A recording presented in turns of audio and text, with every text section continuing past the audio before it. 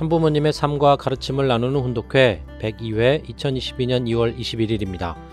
봄이 시작하는 입춘이 지나고 또 눈이 비가 되어 내리고 얼음이 녹아서 물이 된다는 우수라는 절기가 지났습니다. 햇살 좋은 날 나가면 요즘 볕이 좋습니다. 좀 따뜻합니다. 봄이 오려나 봅니다. 한 주 시작인 월요일 시작하기 힘드셨을 텐데요. 오늘 맑은 날씨입니다. 점심 산책을 추천드립니다. 오늘의 말씀은 75년 한국 9개 도시에서 진행된 희망의 날 대향연입니다. 미국에서 승리를 한국에 접목시키려는 섭리 가운데 대표적인 대회가 희망의 날 대향연입니다. 75년 4월 1일부터 부산을 시작으로 진행되었습니다. 부산에서 시작한 이 대회는 참부모님의 공개적인 집회로서는 그때까지 최대의 집회였습니다.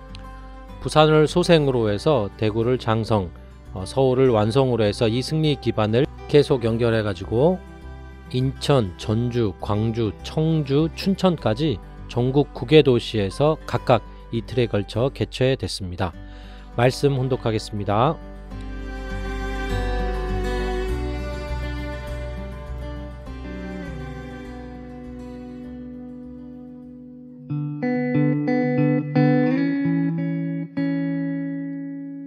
나는 한국 정세를 볼 때 4월은 한국과 아시아에 있어서 위기라고 말했습니다.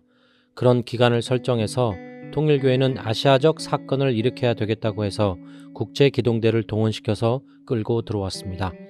대한민국은 이제부터 3년 동안만 죽지 말고 살아 있으소, 죽지 말고 남아 있어라 이거예요. 누가 안 죽는다고 보장할 수 있어요? 하나님, 대한민국을 지키시옵소서. 말씀집 77권 123페이지입니다. 국제기동대가 지금까지 미국에서부터 일본을 거쳐가지고 한국을 찾아왔는데 왜 그런 작전을 하느냐 하면 섭리적 흐름이 그렇게 돼 있다고요.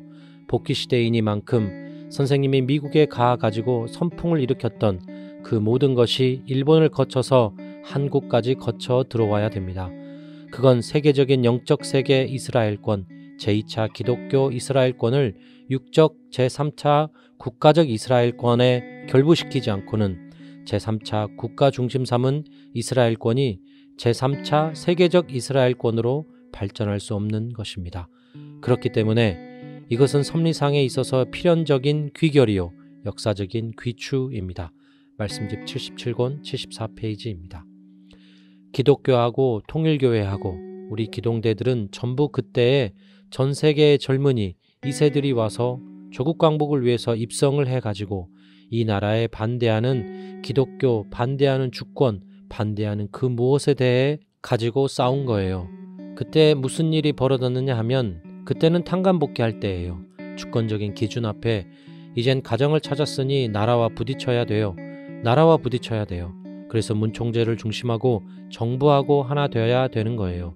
그런데 기성교회가 전부 다 이거 해방신앙을 중심 삼아가지고 번번이 김일성이 이익되게 움직이고 있는 거예요. 선생님이 정부와 하나 돼가지고 모든 전부를 움직이게 해야 돼요. 정부하고 짜가지고 나라를 움직여야 돼요. 움직여가지고 통일교회하고 나라하고 기독교를 몰아치는 거예요. 이거 예수님 시대로 말하면 미국을 대표한 기독교, 미국과 연결되는 한국 정부, 그 다음에 통일교회. 이거 보게 되면 로마와 이스라엘 나라가 유대교하고 하나 돼가지고 예수교를 쳤거든요. 기독교를 쳤습니다. 지금은 어떻게 됐느냐 하면 미국하고 대한민국하고 기독교가 지금 하나 됐더랬어요. 그러니 기독교가 전부 다 너무 반대하고 다 그러니까 그걸 어떻게 해요? 통일교회가 필요한 거예요. 반대로 되는 거예요. 지금은 미국의 후원을 받는 정부, 통일교회 딱 그렇게 됐다고요. 예수님 시대와 반대예요. 그거 뭐냐 하면 로마, 이스라엘 나라, 기독교 그거 하나 돼가지고 유대교를 치는 거와 마찬가지예요. 탄간복귀 원칙이에요. 국가적인 기준에서. 말씀집 191권 123페이지입니다. 부산에서부터 올라가는 거예요. 영계로부터 계시받은 사람이 통일교회한테 이번에 지면 기성교회는 마지막이다 했다지요. 대구에서도 통일교회한테 지면 마지막이다 라고 계시를 받았지만 받기는 잘 받았다고요.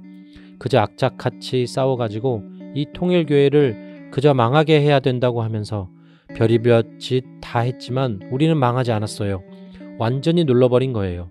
소생인 부산에서부터 그 다음에 장성인 대구, 그 다음에 완성인 서울, 이렇게 인천을 거쳐 전주로, 광주로 9개 도시를 완전히 따라다니며 할 짓 다 했다고요. 하여튼 이제 한이 없을 거라고요. 이런 싸움을 하는 거예요. 이런 싸움을 해가지고 결국 누가 드러났어요? 선생님이 아니라 통일교회가 드러난다는 거예요. 그래가지고 개인으로 드러나고 가정으로 드러나고 우리 전체로 드러나고 그 다음에 민족으로 드러나야 된다고요. 민족으로. 말씀집 79권 111페이지입니다.